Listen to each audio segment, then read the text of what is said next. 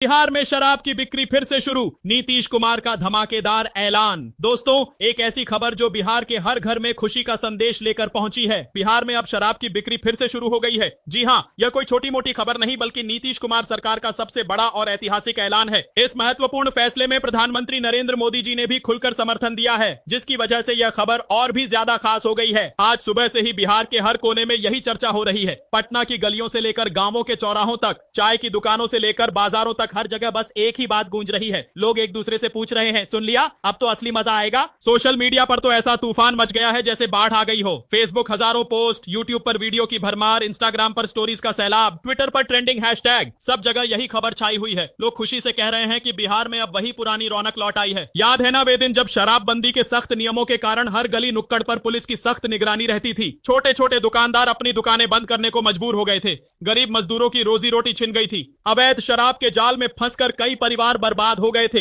लेकिन आज वही बिहार एक नई आजादी की सांस ले रहा है। चेहरों पर उदासी की जगह मुस्कानें लौट आई हैं, आंखों में चमक है और हर तरफ खुशी का माहौल है। नीतीश कुमार ने आखिरकार वह कर दिखाया जो बिहार की जनता सालों से मांग रही थी। उन्होंने लोगों की पुकार सुनी, उनके दर्द को समझा और एक ऐसा साहसी फैसला लिया जिसने न सिर्फ बिहार बल्कि पूरे देश का ध्यान अपनी ओर खींच लिया। तो दोस्तों, आपको नीतीश कुमार का यह कदम कैसा लगा? क्या आपको लगता है कि शराबबंदी हटाने का यह फैसला बिहार के लिए सही दिशा में एक बड़ा कदम है? क्या इससे बिहार की अर्थव्यवस्था को नई गति मिलेगी, राजस्व में भारी इजाफा होगा और हजारों लोगों को रोजगार के नए अवसर मिलेंगे? या फिर इससे कुछ नई चुनौतियां भी सामने आ सकती हैं? अपनी राय जरूर बताएं। नीचे कमेंट बॉक्स में अपने विचार खुलकर लिखें। अगर आप बिहार से हैं या बिहार से जुड़े हैं तो जोर जोर से कहें, बिहार में अब खुशियों की बहार है। और हाँ, अगर आपको हमारी यह खास खबर पसंद आ रही है तो हमारे चैनल को सब्सक्राइब करना न भूलें। आपके एक सब्सक्रिप्शन से हमें और भी सच्ची, महत्वपूर्ण और दिलचस्प खबरें आपके सामने लाने की प्रेरणा मिलती है। अभी सब्सक्राइब करें, बेल आइकन दबाएं ताकि हर नई अपडेट आपको मिलती रहे। अब आइए इस ऐतिहासिक फैसले की पृष्ठभूमि पर नजर डालते हैं। बिहार में शराबबंदी कई सालों से लागू थी। इस दौरान इसके फायदे भी दिखे और नुकसान भी झेले गए। शराबबंदी से कुछ सामाजिक सुधार जरूर हुए थे, लेकिन इसके काले पहलू भी सामने आए। अवैध शराब का कारोबार तेजी से बढ़ गया। जहरीली शराब पीकर सैकड़ों निर्दोष लोग अपनी जान गंवा बैठे। छोटे दुकानदार बेरोजगार हो गए। गरीब परिवार आर्थिक संकट से जूझने लगे। जब नीतीश कुमार ने विधानसभा में यह ऐलान किया तो सदन में तालियों की गड़गड़ाहट गूंज उठी। उन्होंने कहा, हमने बिहार के लोगों का दर्द देखा है। हमने देखा कि शराबबंदी के नाम पर छोटे छोटे दुकानदार, मेहनतकश मजदूर परेशान हो रहे थे, जबकि बड़े लोग आसानी से बच निकल जाते थे। अब समय आ गया है कि बिहार को एक नई दिशा दी जाए।